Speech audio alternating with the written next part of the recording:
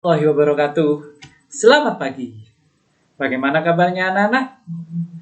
Semoga senantiasa kita diberi kesehatan, keselamatan, dan umur panjang. Amin ya robbal alamin. Kita masih tetap di sini belajar bahasa Indonesia bersama saya, Bapak Septian Helmi Nugroho. Kali ini kita akan belajar tentang negosiasi. Sebelumnya, saya akan bertanya kepada kalian. Apakah kalian pernah mendengar istilah negosiasi?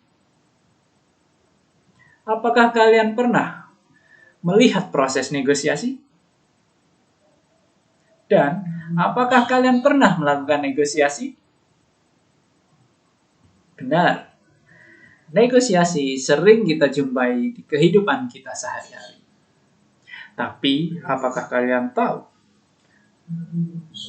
bagaimana pengertian negosiasi? Bagaimana proses negosiasi? Dan bagaimana hasil-hasil negosiasi? Nah, pada pelajaran kali ini, kita akan membahas tentang pengertian negosiasi, proses-proses negosiasi, dan hasil-hasil negosiasi. Baiklah, saya akan membahas satu persatu. Dimulai dari proses negosiasi berupa pengajuan. Pengajuan merupakan suatu konsep yang ditawarkan oleh kedua belah pihak untuk dijadikan bahan pertimbangan menuju tahap selanjutnya. Berikut contohnya. Terlihat dari contoh bahwa pembeli mengajukan atau menanyakan sebuah barang terhadap penjual. Sudah paham tentang proses pengajuan? Baiklah, kita akan beranjak pada proses berikutnya dalam negosiasi, yaitu penawaran. Penawaran merupakan alternatif solusi yang akan menjadi bahan pertimbangan untuk memperhitungkan segala kemungkinan dengan resiko yang paling kecil. Berikut contohnya. Jika kalian baca, kalimat yang bercetak miring tersebut menunjukkan adanya proses penawaran.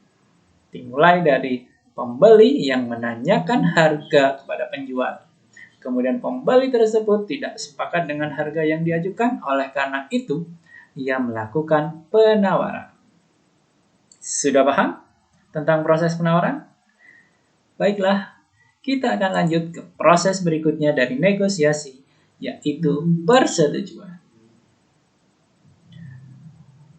Proses persetujuan merupakan proses memilih solusi yang tepat dan menguntungkan kedua belah pihak.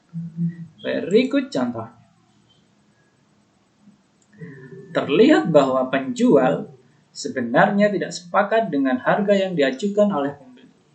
Tetapi kemudian akhirnya penjual itu sepakat dan mau memberikan barang dagangannya. Bagaimana? Sudah paham tentang persetujuan? Baiklah. Proses yang terakhir dari negosiasi yaitu penutup.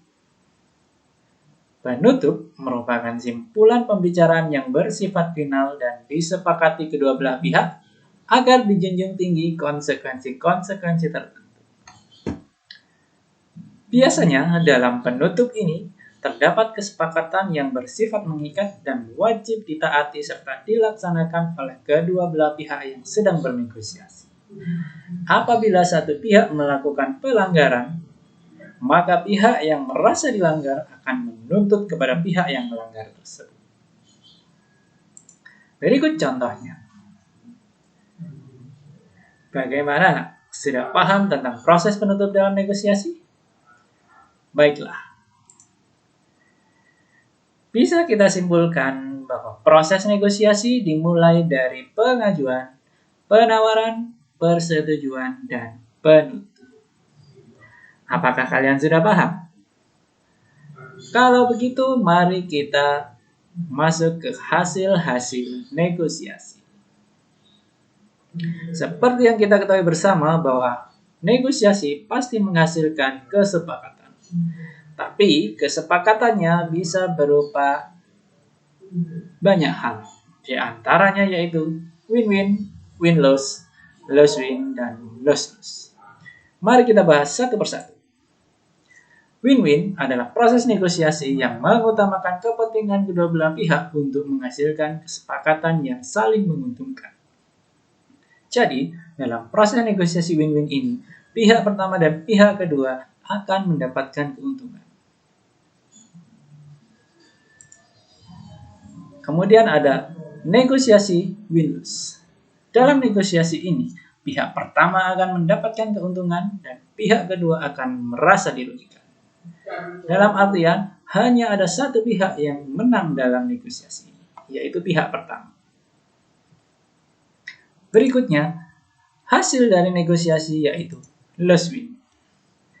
Dalam negosiasi loss-win, pihak pertama akan kalah dan pihak kedua yang akan menang.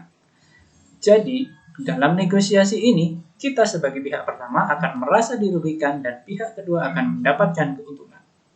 Oleh karena itu, jika kita sedang bernegosiasi, maka wajib melaksanakan taktik-taktik negosiasi agar negosiasi kita berorientasi kepada negosiasi yang memenangkan atau yang menguntungkan. Berikutnya, hasil negosiasi yaitu loss-loss. Negosiasi loss-loss ini adalah negosiasi yang mana kedua belah pihak sama-sama mendapatkan kerugian. Dalam artian, pihak pertama akan kalah dan pihak kedua akan kalah. Demikian tadi hasil-hasil negosiasi. Berikutnya saya akan menampilkan contoh negosiasi singkat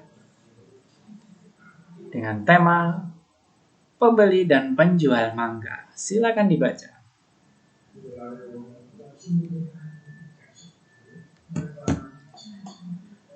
Baiklah, terlihat dari contoh negosiasi tersebut bahwa awalnya pembeli melakukan penawaran terhadap harga yang diajukan oleh penjual. Dan endingnya terdapat kesepakatan antara mereka yang saling menguntungkan. Bagaimana? Kalian sudah memahami materi yang saya berikan?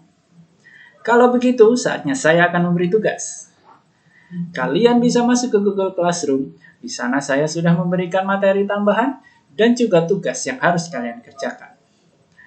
Batas pengerjaan tugas adalah 30 menit dimulai dari sekarang.